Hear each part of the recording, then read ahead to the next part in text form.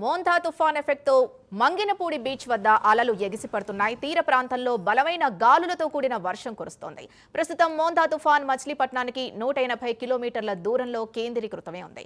దీంతో ప్రజల్ని అధికారులు అప్రమత్తం చేశారు. అత్యవసర పరిస్థితుల్లో తప్ప బయటకు రావద్దని అధికారులు సూచించారు. ఇప్పటికే లోతట్టు ప్రాంతాల్లోని ప్రజల్ని రిలీఫ్ సెంటర్లకు తరలించారు. మోంతా తుఫాన్ వల్ల వచ్చే విపత్తును ఎదుర్కొనేందుకు ఎన్డీఆర్ఎఫ్ బృందాలు సిద్ధంగా ఉన్నాయి. ఇదే అంశానికి సంబంధించి పూర్తి డీటెయిల్స్ మా కరెస్పాండెంట్ రాజ్ కుమార్ అందిస్తారు. రాజ్ కుమార్, చెప్పండి, ప్రస్తుతం అక్కడ వాతావరణ పరిస్థితి ఎలా ఉంది? అధికారులు ఎలాంటి చర్యలు చేపడుతున్నారు? ముఖ్యంగా మత్స్యకారులకు ఎలాంటి సూచనలు ఇస్తున్నారు? రైట్ చందు, ముఖ్యంగా ఏదైతే కనుక చూస్తే ఆంధ్రప్రదేశ్ వ్యాప్తంగా కూడా విస్తారంగా వర్షాలు కురుస్తా ఉన్నాయి. ఏదైతే మోందా తుఫాను ప్రభావంతో ఇప్పటికే తీర ప్రాంతాల్లో ఉన్నటువంటి అన్ని కూడా ఇప్పటికే వర్షం చాలా పెద్ద ఎత్తున పడుతున్నటువంటి పరిస్థితి. ముఖ్యంగా కనుక చూస్తే మచిలీపట్నం బీచ్ వద్ద ఇప్పటికే అలలు పెద్ద ఎత్తున ఎగిసి పడుతున్నటువంటి పరిస్థితి కనపడుతుంది. ఏదైతే ఇప్పటికే కనుక చూస్తే రాష్ట్ర వ్యాప్తంగా ఈ వర్షాలు కురుస్తున్నటువంటి నేపథ్యంలో ఇప్పటికే కాకినాడ అదేవిధంగా మచిలీపట్నంకి సంబంధించి కూడా ఈ సమీపంలో మోందా తుఫాను తీరం దాటుతుందని ఇప్పటికే వాతావరణ శాఖ అధికారులు చెప్తున్నప్పటికీ ఈ రోజు అంటే నిన్న వర్షం పడిన సమయంలో కూడా ఇక్కడ ఉమ్మడి కృష్ణా జిల్లా వ్యాప్తంగా పెద్ద దీని ప్రభావం లేనప్పటికీ ఈ రోజు ఈ తుఫానుకి సంబంధించి కూడా మచిలీపట్నానికి కేవలం 180 కిలోమీటర్ల దూరంలోనే మోందా తుఫాను కేంద్రీకృతమై ఉంది. ఈ నేపథ్యంలో తీరానికి దగ్గరకు వస్తున్నటువంటి నేపథ్యంలో కృష్ణా జిల్లా యంత్రాంగం మొత్తం కూడా ఒక్కసారిగా కూడా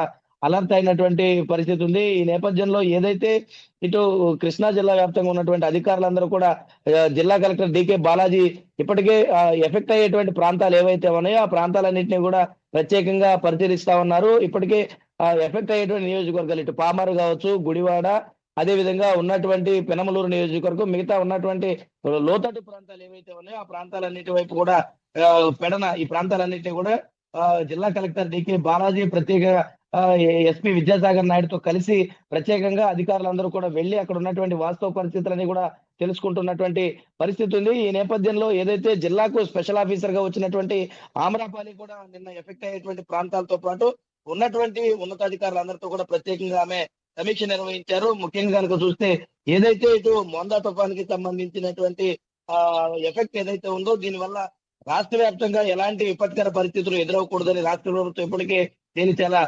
ప్రతిష్టాత్మకంగా తీసుకుంది. ఎవరికి కూడా అటు ప్రాణ నష్టం కానీ ఇటు ఆస్తి నష్టం కానీ ఏది కూడా జరగకుండా రాష్ట్ర ప్రభుత్వం అన్ని కూడా చర్యలు చేపట్టింది. ముఖ్యంగా కనుక చూస్తే ఏదైతే ఇటు మోందా తుఫానికి సంబంధించినటువంటి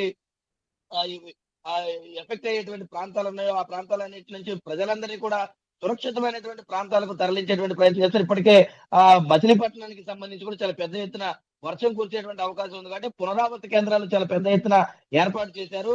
ఇప్పటికే కనుక చూస్తే ఏదైతే ఇటు వారికి కావాల్సినటువంటి నిత్యావసరాలతో పాటు ఏదైతే ఇటు పాలు, అదే విధంగా ఆహార పదార్థాలు, అదే విధంగా మంచినీరు అన్ని కూడా వారికి అందించేటువంటి విధంగా పునరావాస కేంద్రాల్లో అన్ని ఏర్పాట్లు కూడా చేశారు. నిన్న ఇప్పటికే డిప్యూటీ సీఎం పవన్ కళ్యాణ్ కూడా ప్రత్యేకంగా జరిగేటువంటి పరిస్థితులన్నింటినీ కూడా ఆయన సమీక్షించినటువంటి నేపథ్యంలో ఏదైతే ఇప్పటికే బలమైనటువంటి గాల్లో దాదాపుగా 60 నుంచి 70 కిలోమీటర్ల వేగంతో ఇప్పటికే ప్రారంభమయ్యాయి. ఇది మరి కాసేపట్లో తీవ్ర తుఫానుగా మారేటువంటి అవకాశం ఉందని కూడా అధికారులు చెప్తా ఉన్నారు. దాదాపుగా 90 నుంచి 110 కిలోమీటర్ల వేగంతో ఈదురుగాలులు వచ్చేటువంటి అవకాశం ఉందని కూడా అధికారులు చెప్తున్నటువంటి నేపథ్యంలో ఈ తీవ్ర తుఫానుగా మారేటువంటి సమయంలో ఇంకా బలమైనటువంటి గాలులు, వర్షాలు కూడా వస్తాయి కాబట్టి ప్రజలు ఎవరు కూడా బయటకు రావద్దు. అదేవిధంగా వారందరూ కూడా తగినటువంటి జాగ్రత్తలు తీసుకోవాలని అధికారులు ఇప్పటికే సూచించారు. కాబట్టి ప్రజలు ఎవరు అందరూ కూడా అప్రమత్తం అయ్యారు. ఎప్పటికప్పుడు వాతావరణ శాఖ ఇటు ప్రభుత్వ యంత్రాంగం ఇచ్చేటువంటి సూచనలు అయితే పాటించాల్సినటువంటి అవసరం ఉందనుకోవచ్చు. చందు.